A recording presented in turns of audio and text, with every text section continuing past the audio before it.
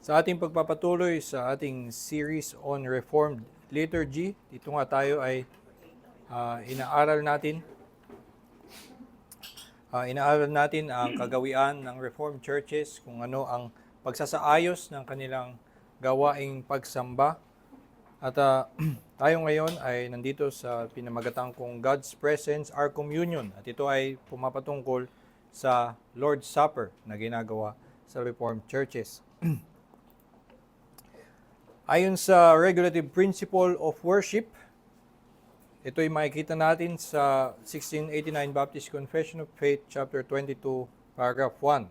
The acceptable way of worshiping the true God is instituted by Himself and so limited by His own revealed will, that He may not be worshipped according to the imagination and devices of men, nor the suggestions of Satan, under any visible representations or any other way not prescribed in the Holy Scriptures.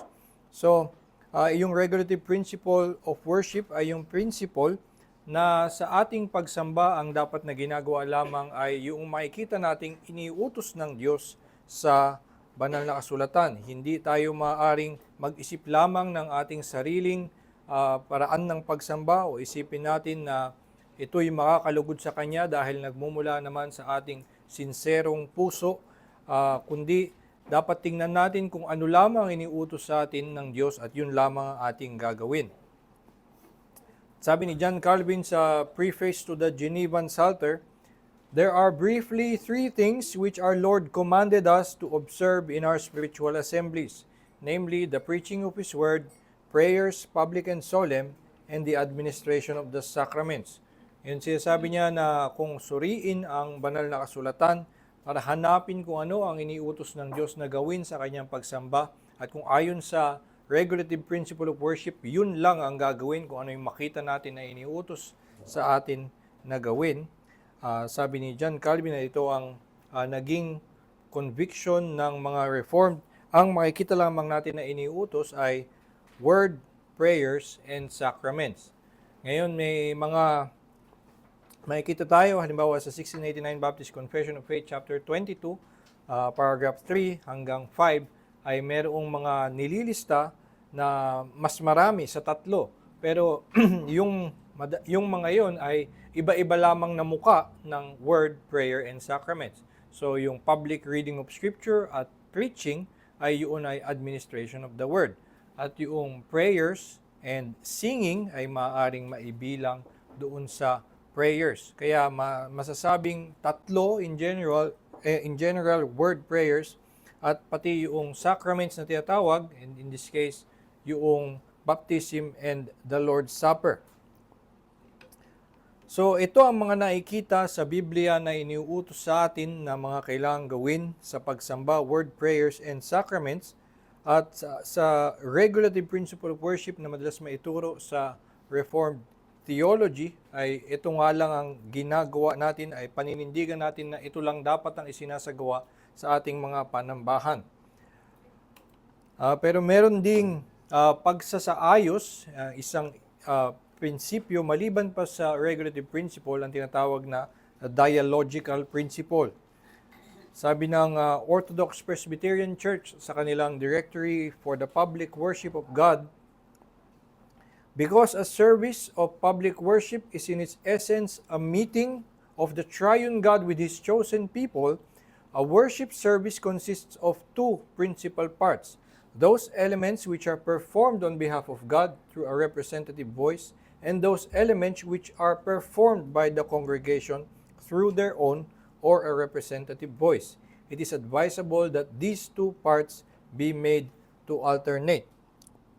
So, yung nakita sa regulative principle o nakita sabi ni John Calvin sa preface to the Genevan Psalter, meron daw tatlong bahagi, tatlong elemento na makikita nating iniuutos sa salita ng Diyos na dapat ginagawa sa pagsamba.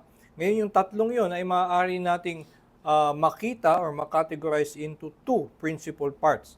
Yung tatlong yon ay maaari nating makita na pagkakasabi ng Orthodox Presbyterian Church ay na elements which are performed on behalf of God at saka elements which are performed by the congregation. So, dahil nga yung worship ay pagtitipon or a meeting between God and His people, yung nangyayari sa worship ay isang dialogue, isang pag-uusap. At maaari nating makita na yung word, yung salita ng Diyos, yung pagbasa ng kanyang salita at pangangaral ng kanyang salita, ay pangangausap ng Diyos sa atin. So, ang Diyos ay kinakausap tayo. At yung ating mga panalangin at yung ating mga pag-awit ay yung tugon natin sa mga ipinaparating sa atin ng Diyos. So, ito ay isang dialogue. Kaya't isang magandang pagsasaayos sa worship ay naayusin sila na parang isang dialogue, magkaroon ng ganong klaseng pagsasaayos upang may maihatid sa mga mananamba na mensahe. God speaks to us through the Word and we respond through prayers. Ngayon tandaan natin na mayroong binanggit si John Calvin na isa pa maliban sa Word and prayers at yun ay sacraments, yung baptism and the Lord's Supper. At sa nature ng sacraments, yun ay mayroong mensahe din ang Diyos, may ipinaparating ang Diyos sa atin sa pamamagitan noong sakramento at sa ating pagsasagawa nito, yung mga aksyon na ginagawa natin in observance of the sacraments ay meron tayong tugon na ipinaparating sa Kanya. Kaya muli, bahagi ito noong dialogue na may pinaparating sa atin ng Diyos at tayo ay may itinutugon sa Kanya. So, kadalasan ng makikita nating ayos ng pagsamba sa Reformed churches, una nagsisimula nga sa call to worship na natawagan ang Diyos na siya'y sambahin at tayo ngayon ay tumutugon sa ating pagsamba. Ang ginagawa ay may babasahin na salita ng Diyos kung saan doon sa salitang yun ay literal na nananawagan ang Diyos na siya'y sambahin. Maraming mga ganong talata sa mga awit at maaari tayong tumugon sa Kanya by prayer na tayo dumadalangin na tayo ay susunod sa Kanyang panawagan maaaring tayo ay umawit ng isang awit na nagpapahiwatig na tayo ay tumutugon sa Kanyang panawagan na siya'y sambahin. Maaari din na tayo ay bumasa ng ilang ding mga awit na angkop na maging tugon sa panawagan sa pagsamba. Pagkatapos ng call to worship ay sinusundan ito sa karaniwang Reformed liturgy ng Confession of Sin. At dito ang ginagawa ay mayroong sa dialogue, nanawagan ng Diyos sa call to worship at tayo ay tumugon. Ang sunod naman ay babasahin ang kanyang batas o hinahayag ng Diyos ang kanyang kabanalan. At sa harap ng pagpapahayag ng kanyang kabanalan, ang tugon ng mga mananampalataya ay makilala ang kanilang pagiging makasalanan. Kaya't ang nangyayari, babasahin yung batas ng Diyos, yun yung usual na kagawian, either yung Ten Commandments or summaries of the law. Madaming ganong portions na na-discuss natin before. At ang maaring tumugon na tayo ay magpakababa sa harap ng kanyang kabanalan, maaari itong isang awit na nagpapahiwatig ng pagpapakababa dahil sa kasalanan. Maaaring basahin natin ang ilang mga awit na designed to be confessions of sin or merong manguna ng panalangin na tayo ay nagpapakababa sa harap ng kabanalan ng Diyos. So yun yung confession of sin. Pagkatapos ng confession of sin ay merong assurance of pardon. At dito naman, kung sa confession of sin ay binasa ang batas na naghahayag ng kanyang kabanalan, sa assurance of pardon ay babasahin naman ang ebanghelyo o mga bahagi ng salita ng Diyos na nagpapahiwatig ng biyaya ng Diyos. Hindi lamang ito yung John 3:16 o Romans 8, kundi maraming mga talata maging sa Lumang Tipan, sa Psalm 25, halimbawa, o sa Isaiah, na nagpapakilala at naghahayag ng biyaya ng Diyos sa pamamagitan ni Hesukristo at sa ganoong pagbasa ng kanyang biyaya ay nagbibigay kalakasan sa mga mananampalataya at kaya sila ay tumutugon in gratitude. At ito kadalasan ay dito aawit ng isang thanksgiving hymn or again mananalangin or magbabasa ng isang bahagi ng banal na kasulatan na angkop maging tugon sa biyaya ng Diyos. So, or lahat yon ay maaaring gawin. So, maaaring bumasa ng bahagi ng Scripture tapos sa awit at mayroong mananalangin. So, ito yung kadalasang takbo. Pagkatapos ay Scripture reading.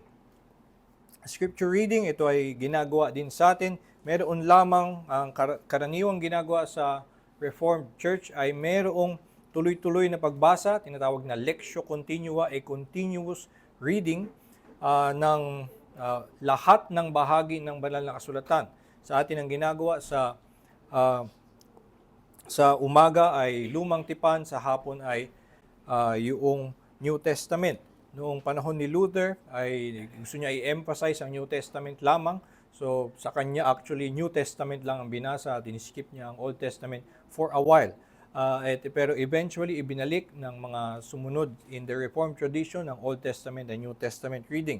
Ito ay nakapattern sa makikita sa ginagawa sa synagogue na isang continuous reading lamang at ito ay the law and the Psalms and the prophets. So minsan mababasa natin yan na after the reading of the law or yung minsan tinatawag na the law and the prophets doon sa New Testament ay dahil yun doon sa kagawian na mayroong continuous reading na ginagawa in all the synagogue gatherings.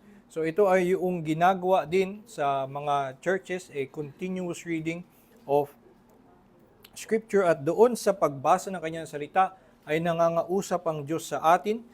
Dito ay hindi pa ito yung sermon, hindi pa ito yung preaching, pero tuloy-tuloy lamang na binabasa ang salita ng Diyos sa atin, ginagawa chapter by chapter. Though maaari naman ding sa iba, pinuputol yung chapter para hindi masyadong mahaba at gagawing hahatiin, pwede naman yun gawin. Pero in any case, ang ginagawa lang, dire-diretsyong pagbabasa doon sa Scripture at doon ay kinakausap tayo ng Diyos at tayo naman, habang tayo binabasahan, ang ating tugon ay makinig with faith. Tayo ay nakikinig with faith.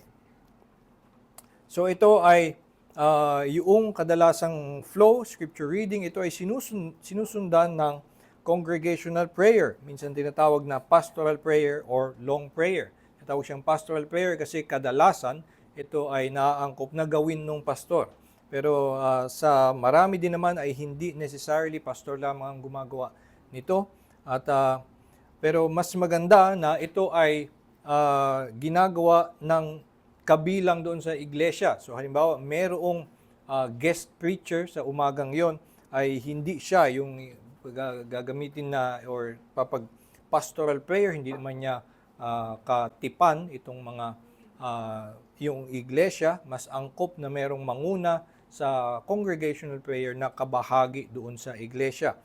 At ito yung bahagi na dinadala yung mga dalangin at ginagawa yung mga makikita natin sa bagong tipan na dapat ipanalangin. At madami tayong makikita na dapat ipinapanalangin ang bansa, pinapanalangin ng mga namumuno, ipanalangin ng ibang iglesia, ipanalangin ang mga misyonaryo, ipanalangin ang pangangaral ng salita ng Diyos. Madami sa bagong tipan na makikita natin ay tinuturong ito ay mga kabilang sa panalangin ng iglesia at ito ang magandang pagkakataon para gawin ito ng buong iglesia doon sa pagtitipon ay pagkatapos ng scripture reading, mayroong congregational prayer. Ngayon na pag-aralan natin, dito ay ang ating Panginoon ay graciously attending to us at tayo ngayon ay may confidence to approach Him at dalhin sa Kanya ang ating mga panalangin. At pagkatapos nito ay mayroong yung sermon at ito na yung preaching of the word. Ganito rin yung order na ginagawa sa atin mainly. Kita natin, maliban na lamang dun sa addition of confession of sin and assurance of pardon. Ito yung flow na meron tayo. Ito yung pero sa Reformed churches, mayroong ganito. Pagkatapos ng congregational prayer ay a preaching of the word kung saan hindi lamang ito dapat isipin na isang lecture, hindi ito katulad ng isang lecture sa classroom, bagamat meron sigurong pagkakahawig sa panlabas na itsura, nakaupo ang mga tao, nakikinig sa isang taong nasa harap na nagsasalita. Pero hindi dapat natin itong maihalintulad doon sapagkat merong mas malalim na nangyayari sa pangangaral ng salita ng Diyos. Doon ay ihinahayag ang kaluwalhatian ng Diyos sa pamamagitan noong tagapangaral at yung mga tao ay kinikilos ng banal na Espiritu upang mabuksan ang kanilang puso at masilayan ang kaluwalhatian ng biyaya ng Diyos sa mukha ni Hesukristo doon sa pangangaral na kanilang napapakinggan. So ito yung takbo ng worship service sa Reformed churches. At pagkatapos nito ay dito inilalagay ang Lord's Supper.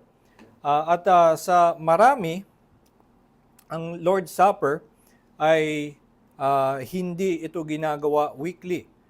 Sa statistically, kung i-survey natin at ang lahat ng confessional Reformed churches sa buong mundo in history, ang pinaka marami ay quarterly lamang naglo-Lord's Supper.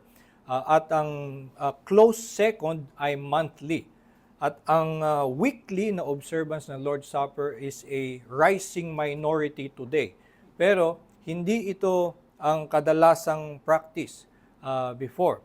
Pero makikita natin even early on, sina John Calvin, sina John Owen, 100 years later, ay laging sinasabi na ito ang kanilang kagustuhan, a weekly observance of the Lord's Supper. At ito'y kilalang kilala about them, na yun ang kanilang pananaw na ito'y dapat gawin weekly. Pero merong mga konsiderasyon that stop them or na hindi nila ito naisagawa. Pero ngayon nga ay yung mga tagasunod kina John Calvin at kina John Owen, yung mga nakumbinsi ng kanilang mga argumento, ay nagkaroon na nga ng rising minority sa Reformed churches na weekly ito ginagawa. Pero ngayon ang karamihan pa rin ay quarterly. Yun ang pinakamadami. Tapos, ay close second yung monthly. Siguro sa atin, ang mas pinakamadalas nating ma-observe ay monthly ito ginagawa. At ito ay, ang iba ginagawa ito ng may hiwalay na service, yung Lord's Supper, may nakahiwalay na program for it. Or, sa iba nga, ay dahil madami ding churches na hindi naman afford na magkaroon ng isa pang service at may isang service lang ang maisasagawa nila, either because of logistical reasons na sila nag-rent lamang ng isang lugar at yun lamang ang oras na pwede silang magtipon. So, merong service at doon din nila gagawin na ang Lord's Supper kasama nun. Pero sa marami actually sa atin at sa ating iglesia, maaari natin gawin yung ginagawa ng iba na ang umaga ay tinatawag nilang the liturgy of the word at yung panghapon ay tinatawag minsan na the liturgy of the upper room. Yun historically yung tawag, or the liturgy with bread and wine or liturgy with communion. Yun yung mga minsan ginagawa na sa pang-umaga mayroong a certain order of worship na wala yung Lord's Supper at syempre dahil nga supper, doon nila gagawin sa panghapon, doon nila gagawin yung Lord's Supper observance doon sa kanilang afternoon service. At ang mangyayari ay kung meron silang dalawang service, sa umaga ay merong wala yung Lord's Supper, pagkatapos ng sermon ay maybe a response prayer and benediction. And then sa afternoon ay mawawala yung confession of sin and assurance of pardon. Dahil una may similar na ginagawa at ginugunita at katuroan na ihinahatid doon sa Lord's Supper. So, mawawala ay yung confession of sin, assurance of pardon sa hapon. So, magiging call to worship and then a response, the scripture reading, and the congregational prayer sermon, and then a Lord's Supper. So, similar doon sa ginagawa natin ngayon, ganung klaseng flow. Yun yung paglalagay at doon maaaring mailagay yung Lord's Supper observance. Pero halimbawa nga nung umattend kami sa Korea ng isang Reformed churches at doon ay yung inattendan namin ay dahil yung panghapon ay mga English speaking. tapos yung umaga yung Korean speaking at hindi sila makapagsama dahil magkaiba silang lengguwahe. So, I suppose yung pang-umaga ay may sariling Lord's Supper at yung inattendan namin ay meron ding weekly Lord's Supper at alam ko na weekly ang kanilang observance ng Lord's Supper. So, sila parehong may Lord's Supper sa dalawa. Ganito din ang itsura. Ganito exactly. May confession of sin, assurance of pardon, scripture reading, congregational prayer, tapos may sermon, and then mayroong Lord's Supper. So, nilagay nila lahat sa isang service, including assurance of pardon. Okay lang naman yun na gawin lahat. So, ito yung nangyayari sa Lord's Supper, and in theological terms, in Reformed theology, ang pagkakaunawa sa Lord's Supper ay hindi lamang ito isang ritual na yung mismong actions ang nakakapag bigay sa atin ng pagpapala, kundi doon sa ginagawang pag-observe ng instituted rite na ibinigay sa atin ay pinagpapala tayo ng Diyos ng kanyang presensya. Yun nga yung tinatawag na yung presence of Christ in the supper, and we commune with Him. Doon tayo magkakaroon ng fellowship with God in Christ doon sa ginagawang Lord's Supper. So, ang kagawian sa Lord's Supper sa Reformed worship, maaari nating tingnan muli yung sa Orthodox Presbyterian Church, Directory for the Public Worship of God. Itong sinasabi nila, ito muna ang sinabi nila in general about sacraments. When the sacraments are being celebrated, the minister shall always accompany them by the preaching of the word. And he shall take especial care in that preaching to proclaim Christ and His benefits, so that God's people can understand what the sacrament means. In connection with the administration of the sacraments, he shall set forth a summary of the teaching of the Word of God as to their institution, meaning, and nature. So, dito ay may prinsipyo na sa paggawa ng sacraments, dito including baptism, and also, at ngayon, ang usapan natin ay tungkol sa Lord's Supper, ay kapag ito'y gagawin sa pag-unawa, hindi dapat ito gawin lamang ng sa kanyang sarili nang wala ang pangangaral ng salita ng Diyos. Ito ay laging nakakabit sa pangangaral ng salita ng Diyos dahil ito'y dapat gawin ng may pag-unawa. So, merong sa International Presbyterian Church, tinignan ko din yung kanilang Directory of Public Worship, they say, they use almost the same words usually, at sa kanilang pagkakasabi ay na yung ganun din, dapat the Lord's Supper should be observed in a worship service where there is preaching of the Word. So, ganun palagi na required kasama ang Word and Sacraments. At ito yung kanilang mga specific directions na usually gagawin in sa observance of the Lord's Supper. Ito yung ayon sa Orthodox Presbyterian Church. The minister shall read the words of the institution and instruction of the Lord's Supper as found in 1 Corinthians 11:23-29 or one of the gospel accounts, Matthew 26:26-29, Mark 14:22-25, or Luke 22:14-20. In addition, he may read words of instruction from passages such as John 6 and 1 Corinthians 10. At kapag nung sinuri ko yung lahat ng iba ding mga Directory of Public Worship ng ibang mga denomination, yan din exactly ang lahat ng verses na sinasabi nila, minsan exactly the same. So ito nga ay the Reformed, sa mga Reformed churches, ito talaga ang kanilang kagawian. Merong reading of the words of institution somewhere, either yung sa OPC, it is the start, pero minsan redundant kasi na basahin mo siya sa simula and then according to their instruction, ay during the distribution of the elements ay sasabihin mo uli yung words of institution. So pwedeng hindi yun ang hindi kailangan sa simula ito gawin, basta in the observance of the Lord's Supper, merong reading of the words of institution. Yun yung tawag talaga, the word of institution. Yung pagtatalaga ng banal na hapunan na ito ay basahin lamang directly from yung sinabi ni Jesus.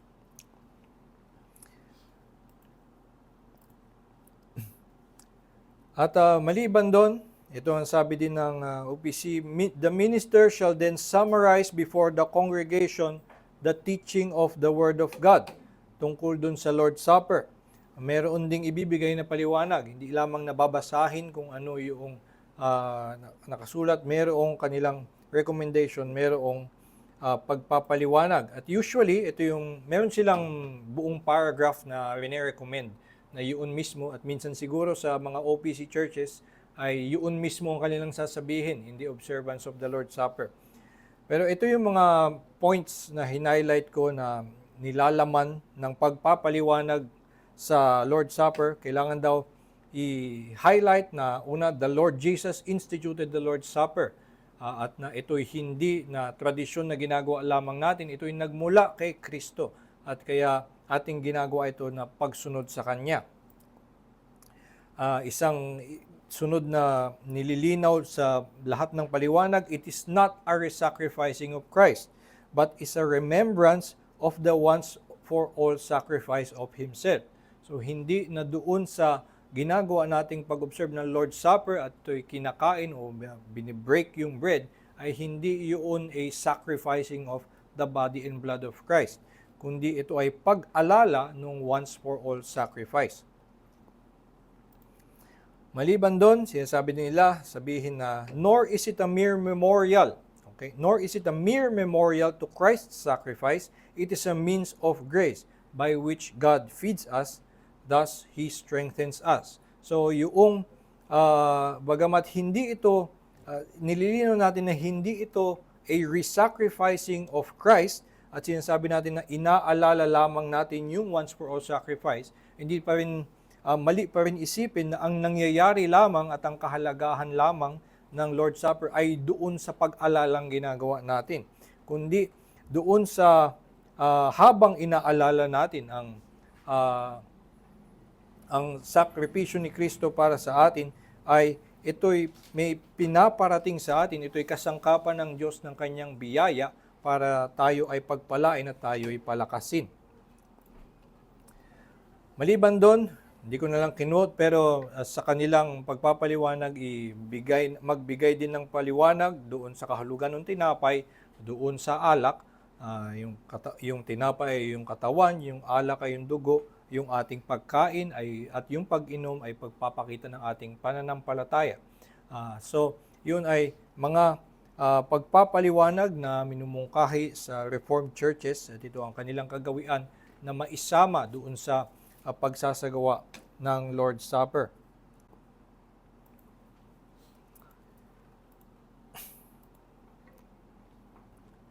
At ito naman yung tinatawag na invitation and fencing sa practice of the Reformed churches. Mayroong bahagi na sa kanilang pag-observe ng Lord's Supper ay mayroong ganitong official na ang tawag na official term ay invitation and fencing.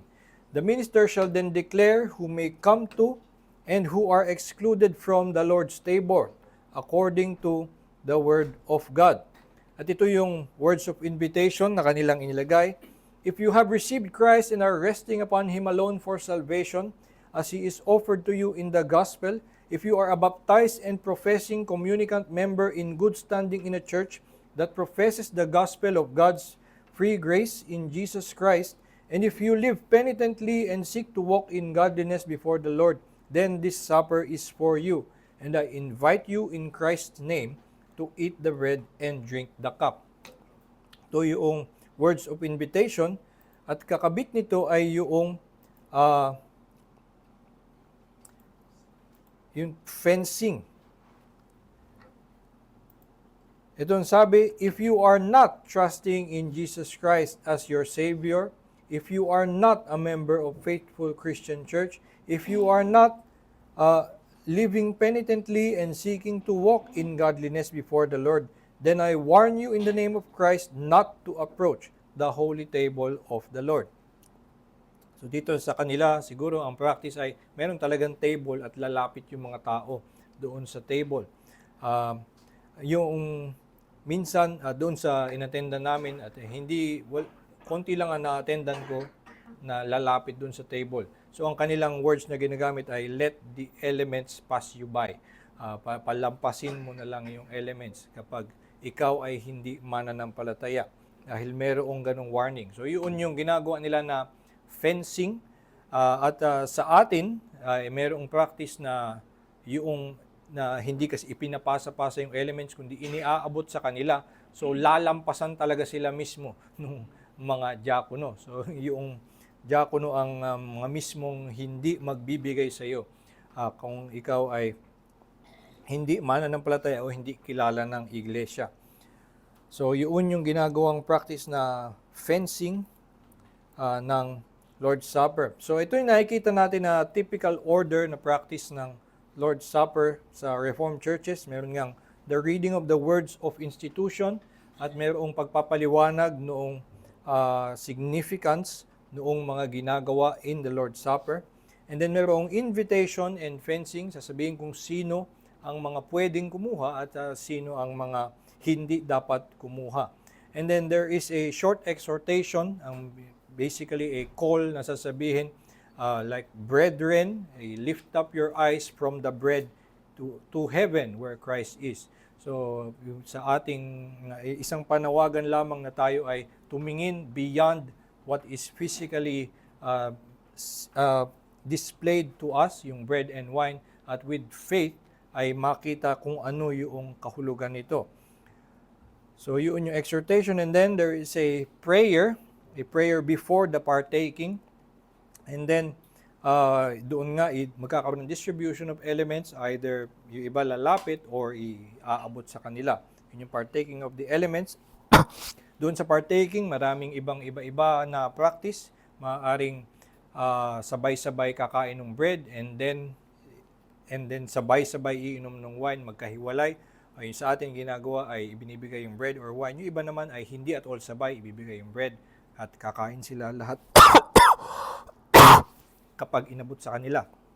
So, yun ay mga iba-ibang practice, hindi ito naging unified everywhere sa churches. Basta ang point ay doon sila kakain at iinom noong tinapay at noong alak.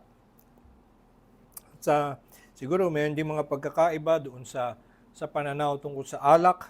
Kung yung alak ba ay or doon sa tinapay, yung iba kailangan na ito'y isang buong tinapay na pagpipirasuhin. Sa Reformed churches, mas marami na yun ang pananaw. Kailangan isang tinapay at kailangan din ay merong tinatawag nilang fraction, yung breaking of the bread in front of the people. So ginagawa yun sa most of Reformed churches, pero marami din naman na gumagamit ng mga pira-piraso ng tinapay, yun ang ibibigay. Yung meron ding mga nagdidebate pa kung dapat bang unleavened bread ang gamitin o okay lang ba na gumamit ng tasty bread o gumamit ng merong brioche bun. kung yun bang gagamitin ay may mga ganong klaseng pagkakaiba. At doon sa wine ay kung pwede ba ang grape juice, pwede ba ang dapat ba ay alak, pwede ba ang Gatorade grape flavor. So iyon ay mga iba-iba. Actually, historically, merong nag-i-insist na dapat yung wine ay diluted with water. Dahil ganoon daw ang wine in the New Testament. So to be exactly pure is exactly the same as how it was done in New Testament, yung wine na fermented from grape ay i-dilute with water. So may mga ganung pananaw na dapat daw ganoon exactly ang gawin. Pero eventually, ang naging majority position ay na matters of indifference ito. Basta basically bread and basically wine. Yung serve, and then the partaking is that eating and drinking na syempre kasama sa iinom din yung mga tao. Sa iba, alam ko sa Roman Catholic, yung pari lamang ang umiinom. Meron tayong statement sa confession that is unacceptable, na the denial of the cup for the people ay hindi acceptable sa practice of the church. So kasama yung mga tao ay hindi titingnan lamang yung elements, kundi sinasabi na ang action na hiningi sa atin is to eat and drink. So, maliban doon, pagkatapos ng partaking, ay meron uling prayer, a thanksgiving, a prayer of thanksgiving and commitment, usually also with a hymn, no, or a psalm sa madaming Reformed churches. So ito kadalasan ang takbo. Minsan nga yung words of institution ay hindi yun ang panimula, kundi yung words of institution ay nakakabit doon sa elements, sa partaking of the elements, dahil yun din naman mismong words of institution na sinasabi habang ipinapamigay yung bread and wine. Basta ang point is it should be there. Ngayon, bakit ganito ang karaniwang order? At syempre ito ay informed by the Reformed theology of the Supper. Kung anong kanilang pananaw sa sa Lord's Supper, kaya naging ganito ang kanilang pag-practice. Sabi ni Louis Berkhof sa Summary of Christian Doctrine, "The Word of God is complete as a means of grace, but the sacraments are not complete without the Word. The Word serves to beget and to strengthen faith, while the sacraments can only strengthen it. And the Word is for all the world, but the sacraments are only for believers." So dito, pinapakita niya yung pagkakaiba between the Word and the sacraments. And the Word of God is complete by itself, pero yung sacrament ay hindi. At kaya, in the practice of the Lord's Supper is never observed apart from the Word. Lagi siyang kasama sa preaching of the Word. At sa pananaw nga ng madami, dapat ay weekly siyang ginagawa whenever there is a preaching of the Word. So, yun yung practice. Kaya din nakakabit palagi ang words of institution and explanation of the significance of the Lord's Supper ay dahil sa pananaw na the sacraments are incomplete without the Word. Kaya, laging may Word kasama sa observance of the Lord's Supper. At kaya nga itong parts na to, words of institution, explanation of significance, ay laging kasama dahil dapat mayroong word doon sa observation of the Lord's Supper, observance of the Lord's Supper. At doon sa words of institution ay sinasabi sa atin, this is commanded by our Lord. Yun ang ipinapahiwatig sa pagbabasa ng words of institution. Hindi ito nagmula lamang sa iglesia, hindi ito kagawian lamang na nag-originate sa iglesia. Ito ay isang tradition coming from the Lord Himself.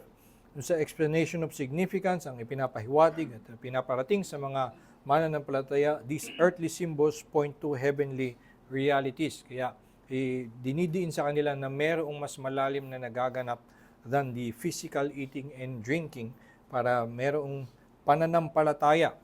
Ginagawa ito ng may pananampalataya sa kahulugan na naisiparating sa atin ng Panginoon.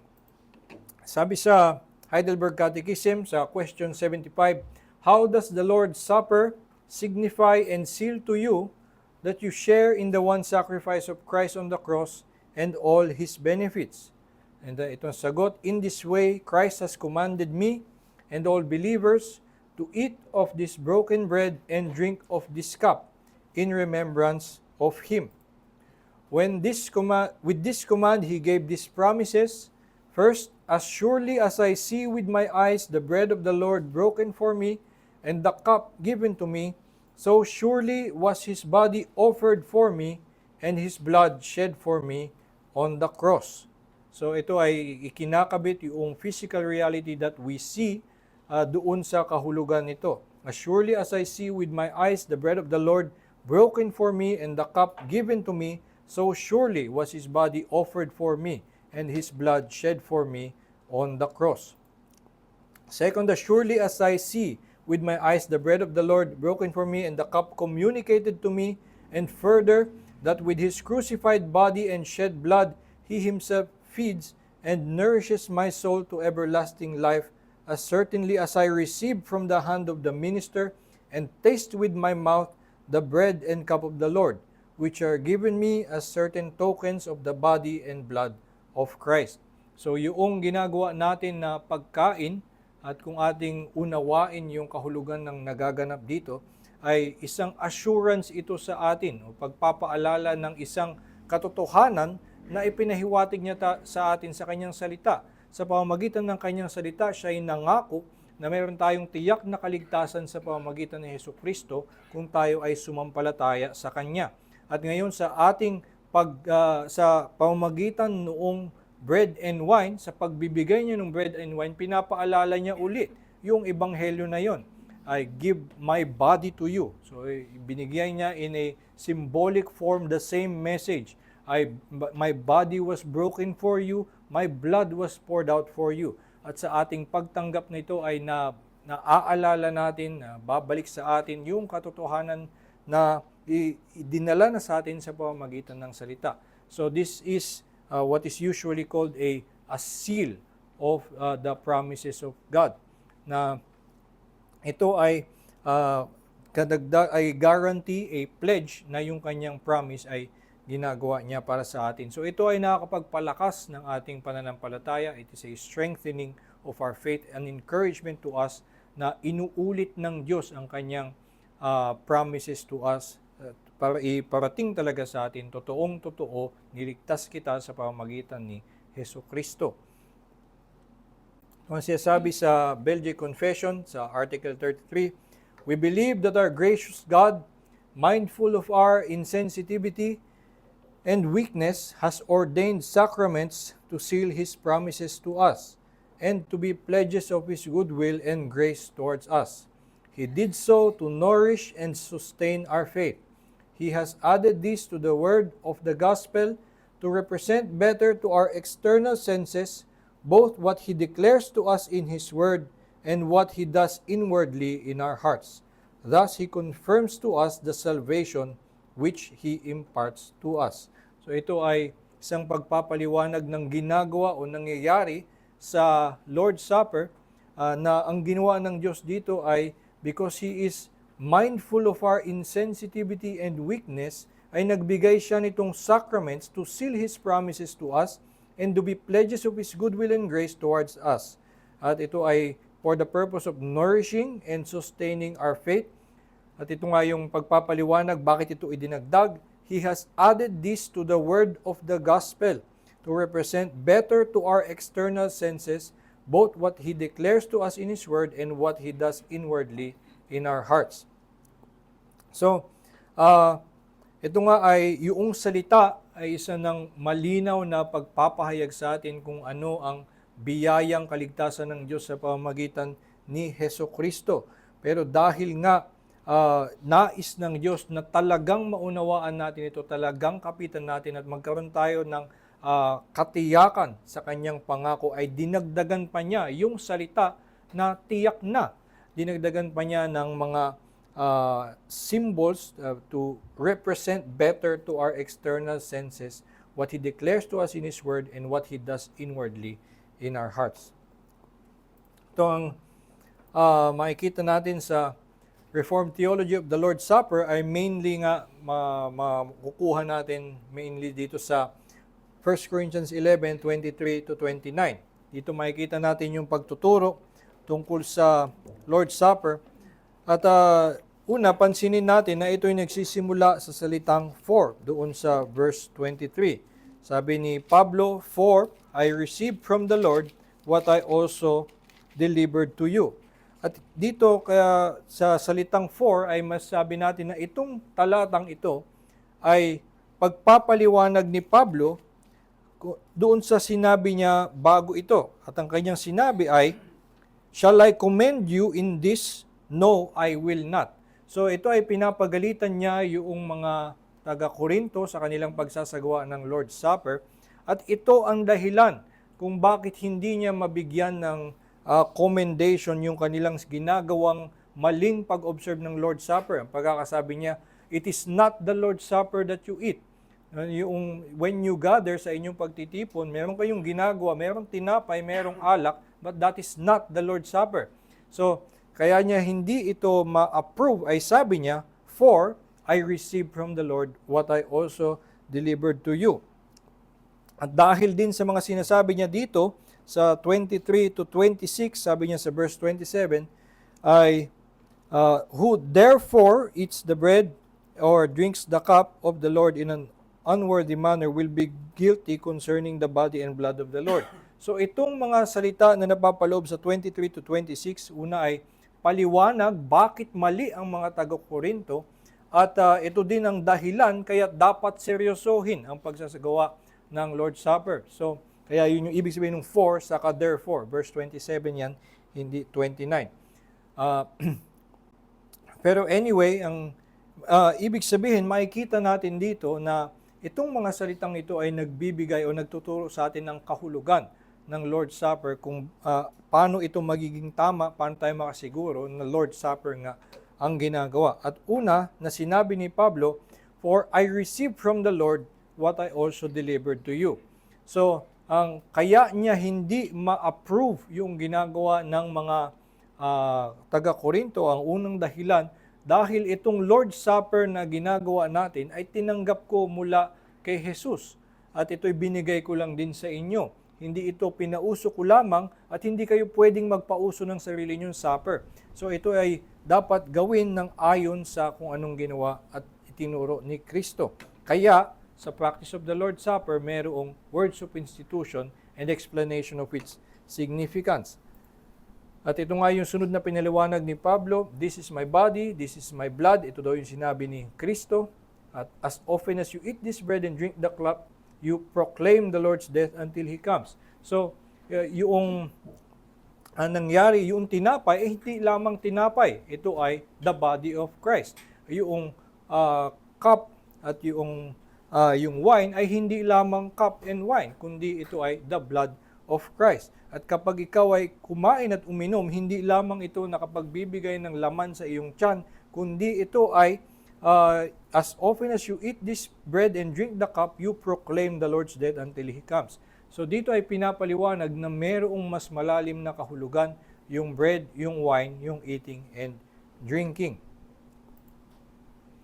So meron ding, "Let a person examine himself then, and so eat of the bread and drink the cup, for anyone who eats and drinks without discerning the body, eats and drinks judgment on himself." So dito sa mga salita ni Pablo, nakikita natin yung pinagmulan. Bakit mayroong sa practice of the Lord's Supper, mayroong reading of the words of institution, explanation of significance, at mayroong invitation and fencing. Dahil sa mismong pagtuturo ni Pablo, ganito ang lumalabas na dapat sa pagsasagawa ng tama ng Lord's Supper ay alalahanin na ito'y nagmula kay Kristo, alalahanin na ito'y mayroong mas malalim na kahulugan, kaya dapat ang mga tao ay hindi basta-basta lamang itong ginagawa. Mali ito. Skip. So, yung conclusion is kung magtapos dito sa paragraph from the Second Helvetic Confession sa chapter 21, sa kanilang paliwanag of the Lord's Supper, "The body of Christ is in heaven at the right hand of the Father, and therefore our hearts are to be lifted up on high, and not to be fixed on the bread. Yet the Lord is not absent from His church when she celebrates the supper. The Son, which is absent from us in the heavens, is notwithstanding effectually present among us. How much more is the Son of righteousness, Christ, although in His body He is absent from us in heaven, present with us, not corporeally, but spiritually." So, si Kristo ay kasama natin when we practice the Lord's Supper, when we observe the Lord's Supper. Ayon sa kanyang pangako, ay merong pagpapala niya at merong naidadala sa ating pagpapala na espesyal sa Lord's Supper.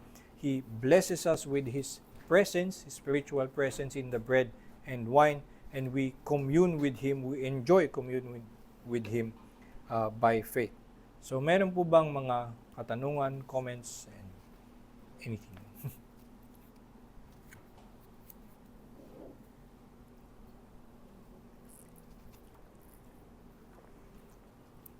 Ako muna, Brother I.E. Yung bago sa akin yun, yung invitation to the Lord's Supper, na parang ang eksena ay open, no? Merong talagang Lord's table doon na nandun yung bread and wine. Parang, which is, kung mismong yung nandoon sa congregation ang mag-evaluate ng kanyang sarili, ay kung siya naman halimbawa ay may pananampalataya sa Panginoon Kristo, siya ay nabautismuhan, and nandun yung invitation to partake. Pero papaano ang sa atin kasi may fencing na agad, like a member of the local church, and ano yun yung parang papaano kung pwede bang mag-partake, ang question ko ay paano pwede bang mag-partake yung kung na-meet niya naman yung invitation. Halimbawa may bisita coming from, pero hindi siya miyembro na isang Reformed Church, or hindi natin siya maaring galing siya sa Charismatic Church halimbawa, pero qualified siya doon. So ang tanong ko ba ay makakapagbahagi ba siya? Ayun, Sila. sa practice ng madaming Presbyterian, ay meron nga ganitong, iba-ibang, may mga pagkakaiba among Reformed churches in the way that they fence the table. At ito yung tinatawag na isang medyo open, or actually, ang terms na ginagamit ay kapag open communion, lahat pwedeng magpartake. So, yung madami sa Reformed, ito ay, hindi ko alam kung ba't nila ganito dinistinguish, pero yung isa ay close, yung isa ay closed, na may D. At so, yung close communion ay merong ganong pag-declare na may warning na kung ikaw ay hindi mananampalataya, huwag ka kumuha. Pero ibibigay pa rin sa iyo at iiwan sa iyong sariling judgment kung ikaw ay kukuha. And yun naman ay isang pananaw na kung sino man ang kumuha unworthily, they eat and drink judgment to themselves. So it is their own responsibility na magmasid sa kanilang sarili. Pero yung practice na marami din sa mga Reformed, it's almost half divided among the Reformed, na yung iba ay closed, as in exclusive to members, and yung iba ay exclusive to members kahit nakilala nila. May ganong very closed. Yan, so exclusive to members kahit nakilala nila. Talagang yun lang yung bibigyan sa Lord's Supper. Pero meron din naman na closed, pero merong kung kilala nila yung tao, or yung iba naman na ini-interview lang nila sa simula kung sila ay mananampalataya at member ng church. Sa huli pa rin naman ay medyo kamukha din ito nung close, na magbibigay ka lang ng warning. So halimbawa, meron akong napuntahan dati na pagpunta doon, meron lang silang slip na ibibigay kasi hindi ka kilala. Tatanong lang kung are you a believer, yung member of a church. Check. Tapos kung ikaw ay nag-check doon, bibigyan ka nila mamaya noon sa Lord's Supper. So, medyo similar, tinanong nila, may in-examine nilang ganun. Pero, ganun pa rin, maniniwala lang sila sa iyo. Iti-take ka lang nila sa kung ano sinabi mo.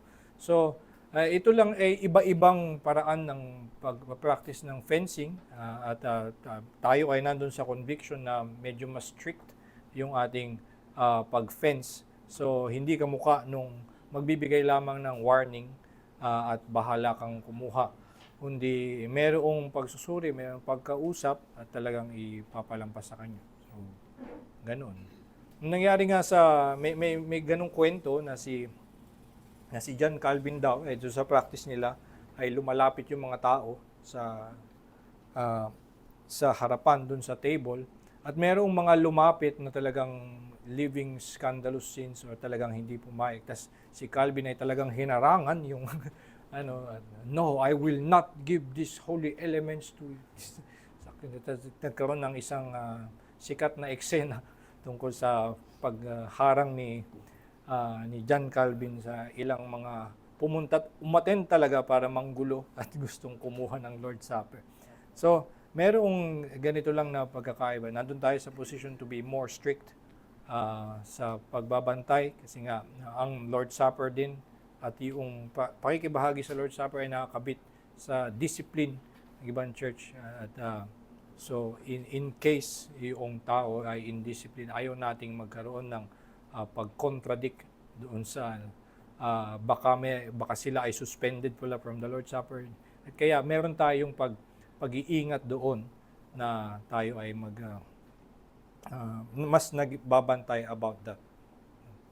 So yun, pwede din sa atin din naman, hindi necessarily na kailangan reformed yung church.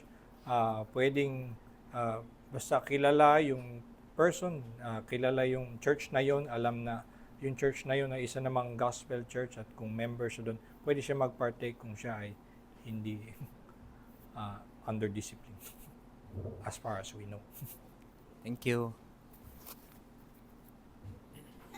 Yes.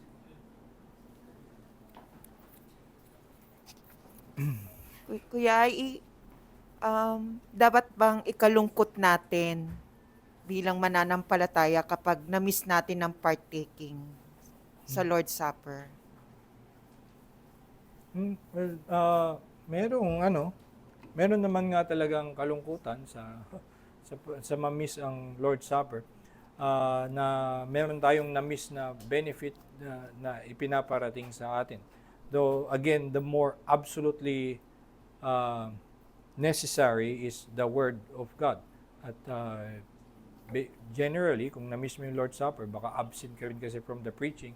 So, ayun, madami ka naman talagang ikalulungkot pa na na-miss mo yung preaching, na-miss mo yung fellowship, na-miss mo yung everything na nakapaloob doon. So, not necessarily just the Lord's Supper, at wag natin itali na nandun lamang yung pagpapala na na-miss natin, kundi mainly the Word of God and what is reassured of us in the Lord's Supper.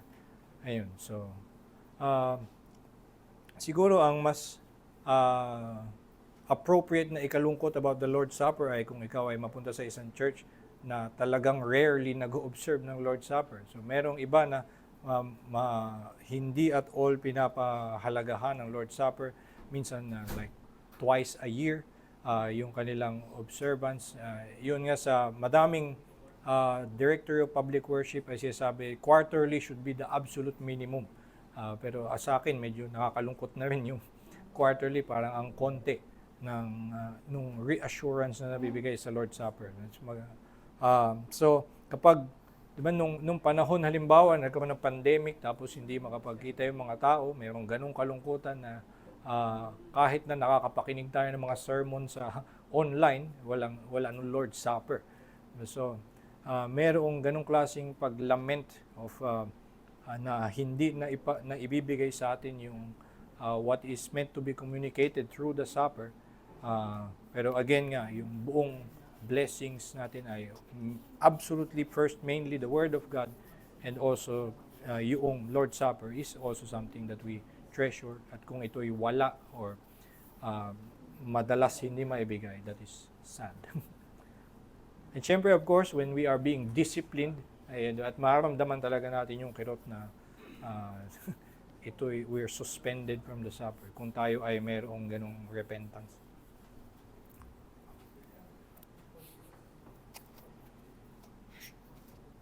Yes. It is a command, do this. Mm-hmm.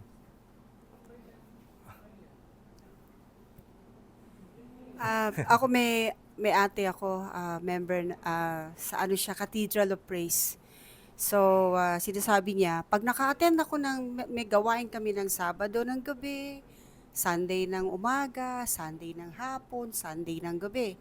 Pag umattend siya ng Sabado ng gabi, kahit di na siya Sabado ng gabi, kahit di na siya pumunta ng Sunday.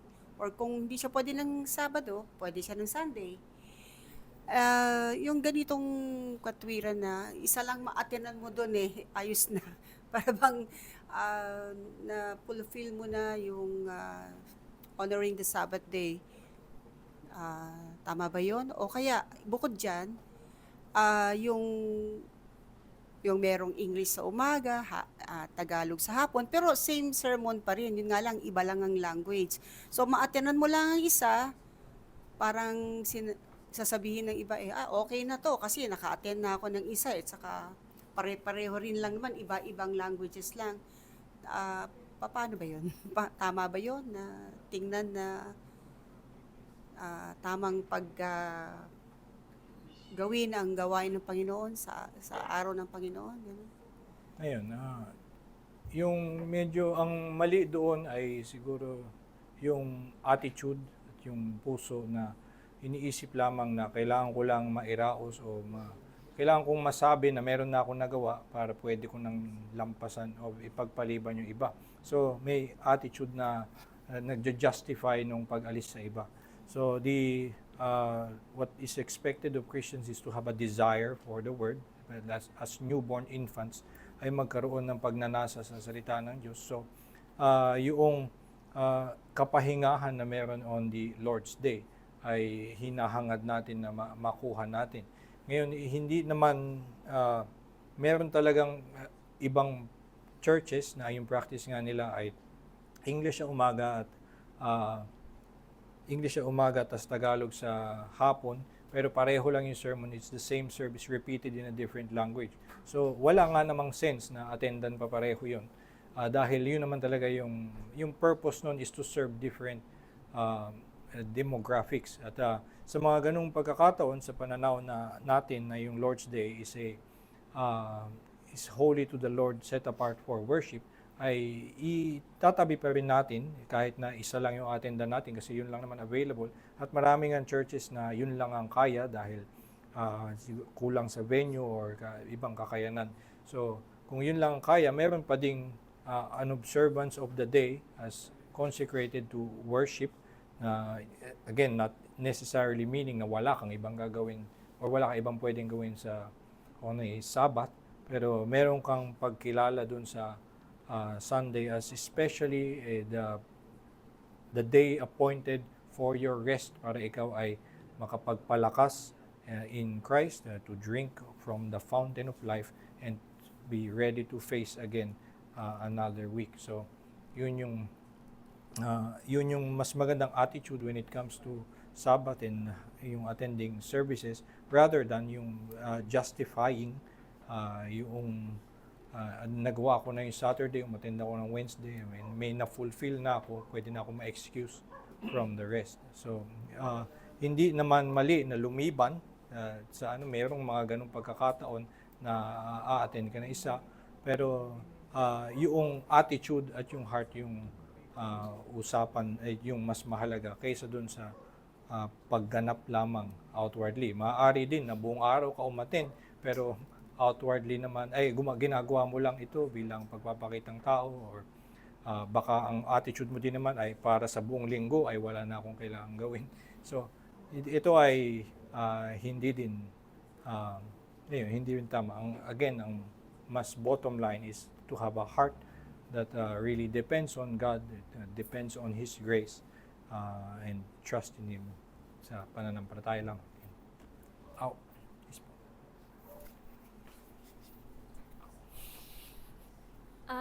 Ang concern ko ay parang related din doon. Pero parang merong fine line between like being sad na hindi ka makapag-Lord's Supper and say superstition. Na kunwari may Kristiyano na parang matagal siyang hindi pa nakaka-Lord's Supper pero hindi siya kunwari maka-join sa church for some reason. Tapos parang may desire siya mag-Lord's Supper pero parang hindi mo malaman kung bakit parang may ano yung source ng desire na yun, bakit hindi na lang siya makontento na makinig ng word, tapos bakit kailangan niya i-insist na mag-Lord's Supper siya, or parang meron bang sense na baka maging superstitious siya dun sa lagay na yun, na kailangan lang niya gawin yun for the sake of sabihin na Kristiyano siya, or parang ma-judge niya yung sarili niya na Kristiyano talaga ako. Ewan ko. Yun ang dapat na tingin doon sa pagkakaroon ng Lord's Supper is for a privilege. It is not na halimbawa nawala sa iyo or hindi ka mapag-Lord's Supper in some circumstance ay ito'y wala kang kaligtasan or wala kang assurance. You have assurance from the gospel itself. You can have full assurance just from the Word of God. At actually having that assurance, meron ka ngayong kagalakan to enjoy everything. So, yung ating Lord's Supper is an expression of our enjoyment of that assurance. And yung ating pasasalamat sa kaligtasan na tiyak na tayo from just the word itself. So, tama nga yung dapat walang superstition. Ang nangyayari kasi ay meron siyang tiwala sa gospel, pero habang wala yung Lord's Supper, parang kinakancel nito yung kanyang tiwala sa gospel. Nagkaroon nga ng weight yung Lord's Supper na that seems to be a bit superstitious na dun sa pananaw. Pero maaari naman na ito'y kinakalungkot niya na hindi pa niya magawa, pero not removing from him the assurance of salvation that is in the gospel. So, isang siguro yung word na ginagamit sa 1 John na limbawa, though not about the Lord's Supper, yung sabing that our joy may be complete. So, ang gusto natin yun na meron tayo ng buong kagalakan na ipinagkakalob sa atin, kasama yung Lord's Supper na ma-experience natin yun.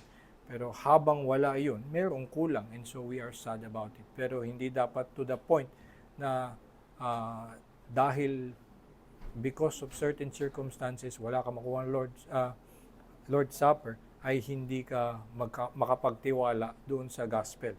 Ngayon, maaari na ito'y dahil rinireject ka na from membership, kahit na talagang at hindi ka talaga tinatanggap sa membership, and so baka nga merong something to be questioned about you. So in that sense, di ba, yun ay siguro merong kang pagsusuri na ginagawa na to question or to seek more after Christ, not after the Lord's Supper, to be more sure in your footing in Christ and your faith. Pero hindi mo yun dapat ilagay or itayo doon sa Lord's Supper, kundi kay Kristo at sa pananampalataya lamang. Siguro last na dapat. Maliwanag no brother ay isa congregation na setting apart no sa believer tsaka non-believers. Can you advise us what must be the proper attitude or behavior nung mga members towards unbelievers? Nung mga members to Mga members?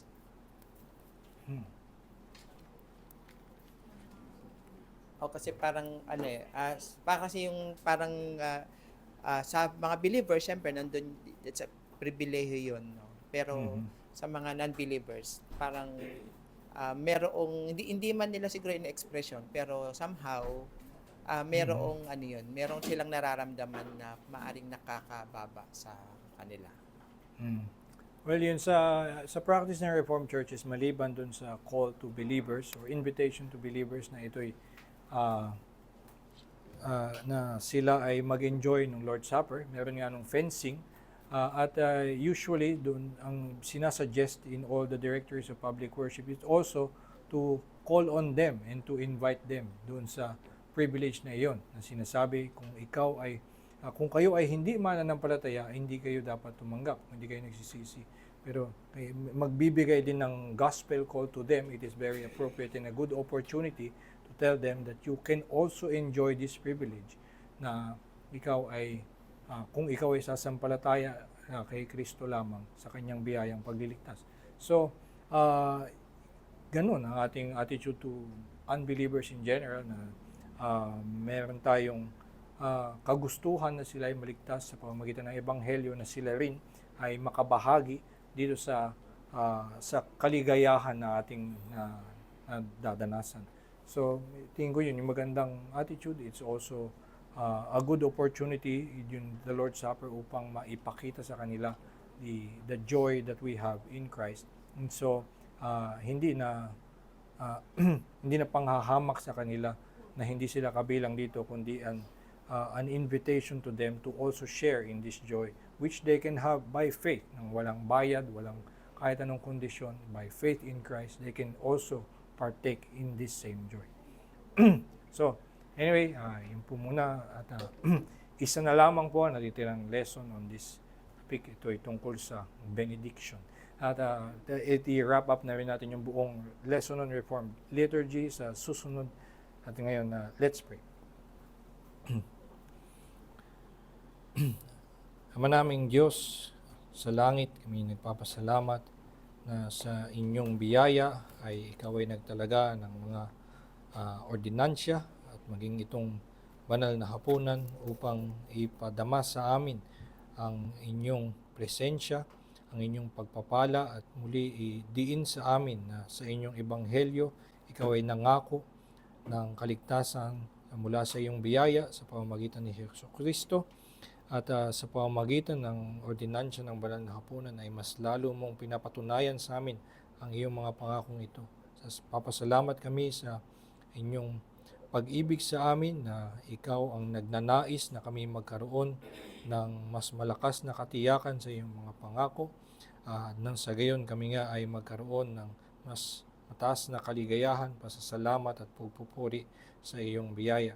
Tulungan mo kami na mas lalo pang maunawaan ang ordinansyang ito upang sa lahat ng mga pagkakataon na amin itong idadaos ay maluwalhati ka at maluwalhati ang iyong biyaya. Po aming dalangin sa pangalan ni Jesus. Amen.